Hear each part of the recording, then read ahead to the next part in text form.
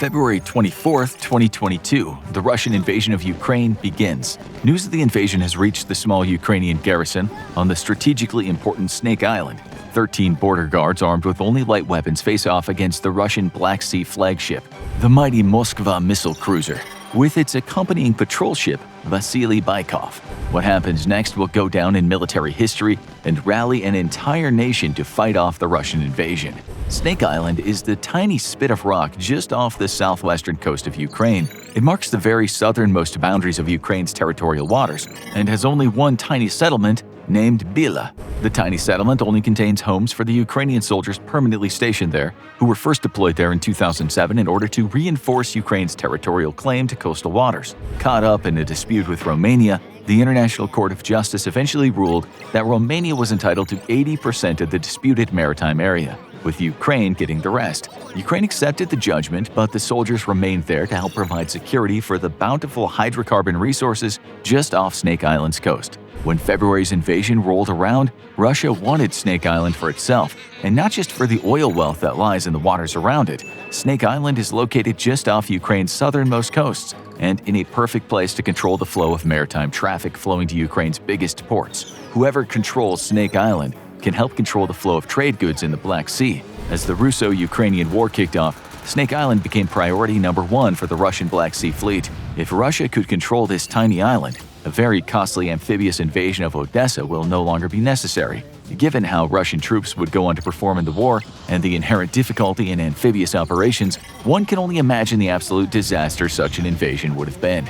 But Snake Island is held by only 13 border guards, a task that even Russia's Tinker Toy soldiers can handle, especially when they're backed up by one of the Russian Navy's most modern ships, the missile cruiser Moskva, seen here in 2012 and seen here in 2022 shortly after the start of the Snake Island campaign. She is a powerful ship, manned with just shy of 500 sailors, anti-ship missiles, 64 surface-to-air missiles for its fleet air defense, a shipborne helicopter, and 130mm guns. The Moskva is accompanied by the patrol ship Vasily Baikov. It doesn't carry as many weapons as the Moskva, but is still a deadly threat to the tiny garrison on the island. Armed with 76.2mm guns, cruise missile weapon packages, and automatic grenade launchers, there is nothing even remotely comparable amongst the inventory of Snake Island's defenders. At 1800 local time on February 24th, the Moskva and Vasily Baikov approach Snake Island.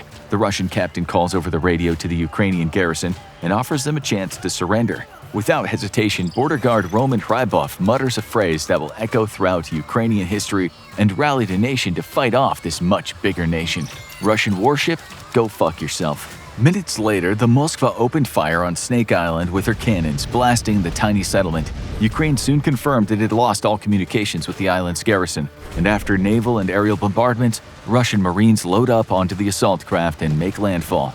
The garrison, feared to be killed to the last man, has some survivors which are taken prisoner by Russian forces. However, the fate of all 13 men remains unknown, and Russia claims that they captured as many as 83 enemy combatants, while Ukraine confirmed only 13 guards were present. Given Russia's proclivity to inflate combat figures, Ukraine's figures are more trustworthy.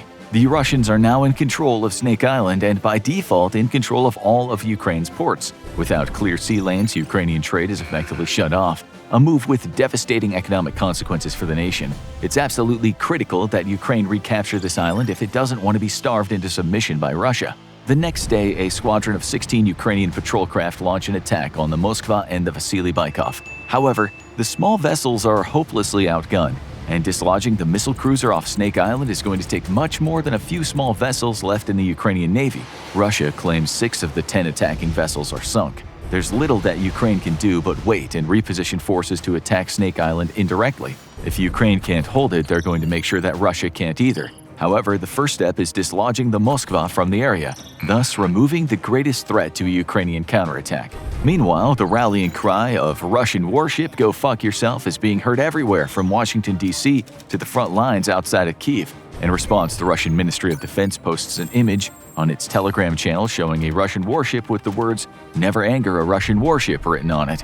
A month later, Ukraine sends its response. On the 14th of April, Ukraine launches an attack against the Moskva. Details remain highly classified, but it's believed that the U.S. provided targeting data to 2 Ukrainian Neptune anti-ship missiles. Some sources believe that the Moskva was distracted by a Ukrainian drone and that at least part of its air defense equipment was not fully operational. Thus, the Moskva was in effect radar blind to 2 Ukrainian anti-ship missiles sneaking up from behind.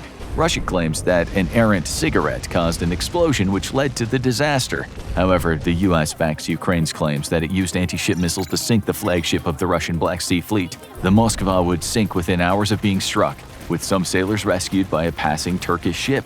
Ukraine's President Volodymyr Zelensky immediately declared the wreck a cultural heritage site.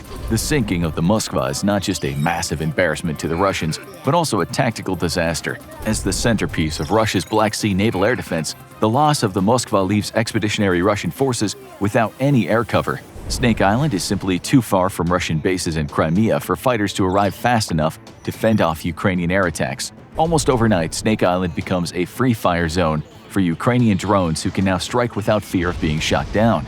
Over the next month, Ukraine launches an aerial campaign against Snake Island. Using Bayraktar drones and its remaining air force, Ukraine attacks Snake Island and the Russians garrisoned there with near impunity. The Russians attempt to move air defense equipment to the island, but Ukraine manages to intercept these shipments and destroy them before they can be unloaded. Russia claims the U.S. is supplying Ukraine with direct intelligence support, to which the U.S. replies with something akin to, "And what exactly are you going to do about it if we are?"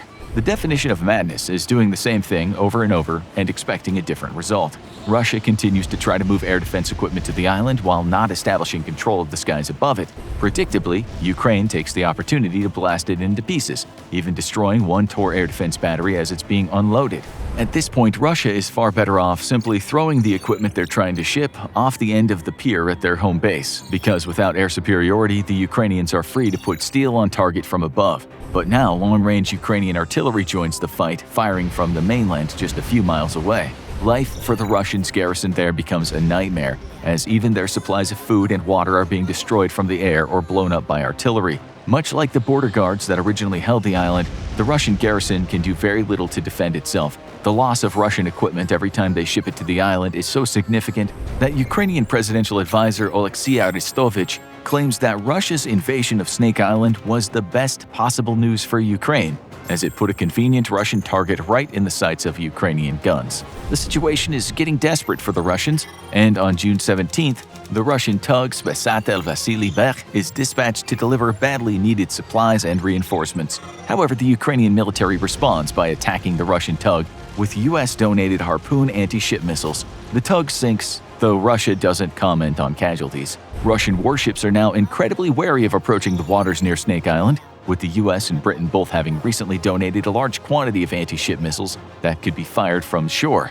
Ukrainian territorial waters have become treacherous territory for Russia's growing fleet of involuntary submarines. This means that Ukraine is finally able to launch an assault on 3 nearby gas platforms. The Russians have installed radio jamming equipment here that's been hampering Ukrainian operations. With airwaves clear and the skies and seas clear of threats, Ukraine launches more airstrikes, destroying numerous military vehicles and what is likely a Pantsir S-1 air defense vehicle. Russia denies these claims, and instead, Russian officials say that Russia had actually intercepted every single incoming missile and bomb, destroyed 13 Ukrainian drones, repelled an amphibious assault by Ukrainian soldiers, destroyed a Ukrainian Mecha Godzilla, and infiltrated, then destroyed a Ukrainian Death Star sent to retake the island. The rest of the world would meet these claims of such a perfect performance by Russian troops and equipment with obvious skepticism.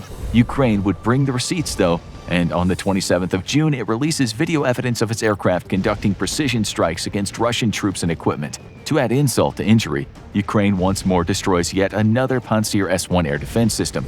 Ukraine Military Command then confirms there's an ongoing operation to attempt to retake the island. Russia once more denies that the air defense system designed to prevent air attacks from destroying said air defense system was in fact destroyed by the air attack it was designed to prevent. Instead, Russia boasts that it had intercepted 12 Ukrainian rockets, destroyed 1 Ukrainian Su-25, and an entire division of Ukrainian Space Marines. Russia would attempt to lift the pressure on Snake Island by using its air force to attack Ukrainian rocket and artillery positions along the southern Odessa Oblast. The Su-35s attacked at least 3 positions, but the Ukrainians would claim the attacks caused no damage. Given that some of Russia's missiles are experiencing a failure rate as high as 60%, we have no reason to doubt the Ukrainian claims. However, if there was any skepticism about Ukraine's claims, it would soon be silenced. 1 day later, the Russians dispatched 4 Ka-52s to rescue stranded Russian forces. Ukraine intercepts at least one of them.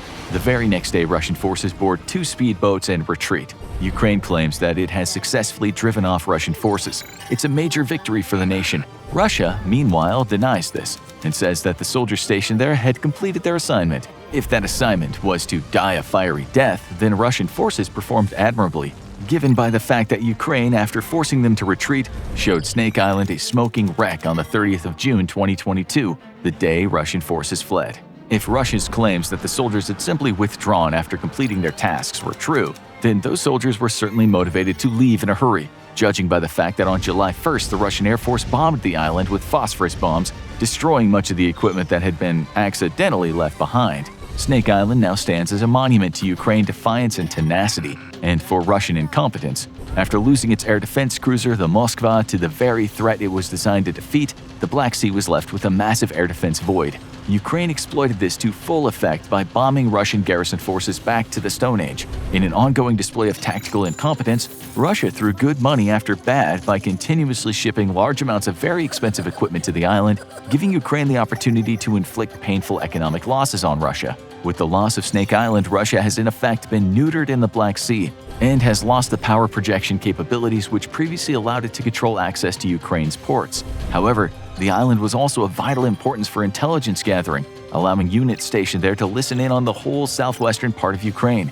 In total, it's believed that Russia lost nearly $1 billion in equipment attempting to take Snake Island. Now, go tell your grandmother you miss her, and check out how the US would respond to Russian nuclear attack in Ukraine, or click this other video instead.